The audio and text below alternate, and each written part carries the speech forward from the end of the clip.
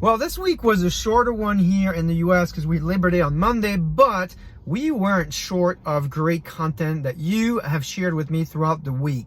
And speaking of you, the community, before I get started, I want to highlight some members in the community for amazing work. So first of all, my pal from PayPal, Bala. Bala is my customer of the week. His team completely transformed their data platform, modernized to the cloud. We talked this week about his journey, and he's done a great job publishing a blog that documents this entire journey. I'm going to add down here as a link the blog itself so you can learn from it yourself. Now, speaking of data journeys, this past week I interviewed Lucas from the BCG, the Boston Consulting Group. That's what BCG stands for. It's a consultancy that works with hundreds of clients, and they look at their best practices and sometimes their less best practices. And so in this interview, about 13 minutes, we discuss what Lucas has learned working with 600 plus companies. Hint, only 10% of companies meet their data goals. He tells you how to avoid the same fate as these companies in this video. You're going to want to watch that. Now, one of the many ways to make Lucas' advice actionable immediately is to measure the progress of your teams and assess where you are in your data journey, what your baseline is. There are two posts that do a great job, I think, complementing Lucas' interview. The first one is Paul Singman's post on how to measure data engineering teams. I really like this post because it simplifies it down to just a few metrics. You know, data teams love calculating and tracking just about everything.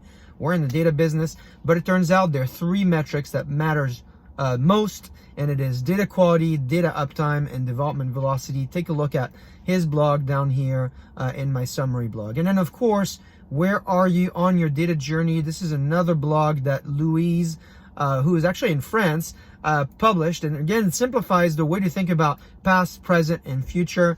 She's in Paris, Lucas is in Paris. I hope they can meet, debate what they've seen, and see how their work actually complements each other.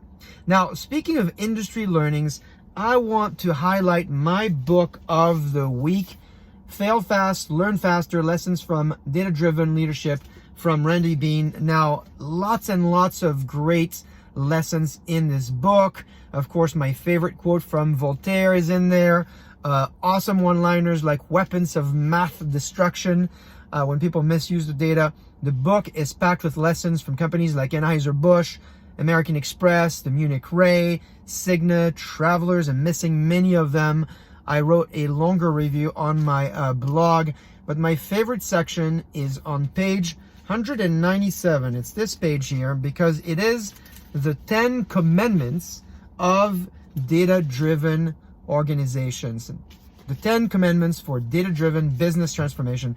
You will find key principles like, for instance, encourage data discovery. Don't penalize it. That's commandment 5. Distinguish between producers and consumers. That's number 7. And my favorite of all, because we've talked about this many times, centralized data and decentralized analytics. The forward is from our friend Tom Davenport, who's been working with Randy for many years. We know about both of them. They produce a lot of research that's helping us. And so I hope that you will get this book and enjoy it as much as I did. Lots of great quotes. I think my favorite quote is from Mark Twain's, whenever you find yourself on the side of majority, it's time to pause and reflect. So take a look at this book and let us know what you think. As usual, I hope that you're enjoying these resources, these updates, and that they are useful to you. If you have resources that you like, don't hesitate to tag me on them or direct message them to me. For instance, this week, we discovered great checklists and simplifiers. I'm thinking about Priyanka's sketch note and blog and video on what databases to choose for what use case. I'm thinking about the simplifier videos from McKinsey Analytics on explainable AI and how to build data pipelines. You'll find those in my blog, actually embedded in there.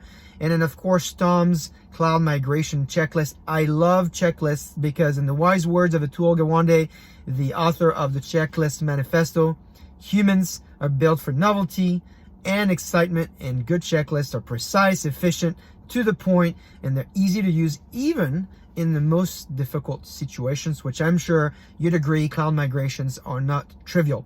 Now, before I leave, I want to invite you to a few events I will be presenting at next week.